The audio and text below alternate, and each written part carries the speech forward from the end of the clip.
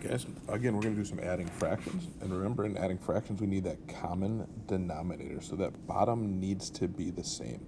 What we need to look for is we need to see if there's a number that, if 2 can go into 20. And we know that 2 goes into 20, okay?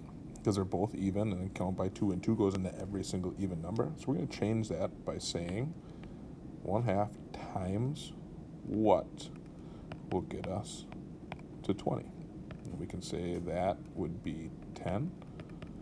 And 1 times 10 is going to give us 10 20ths. And now I can add it. So I can take 10 20ths plus 19 20ths, and I get 29 20ths.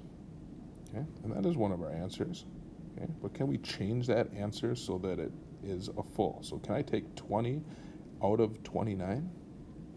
Okay, I can. I can take it out one time. So I'm going to take out a 20, take it out one time. I'm left with 9 over 20. So 1 and 9 20ths. Okay, so again, make sure you find a common denominator. If you're struggling to find it, let us know. Raise your hand and ask that question.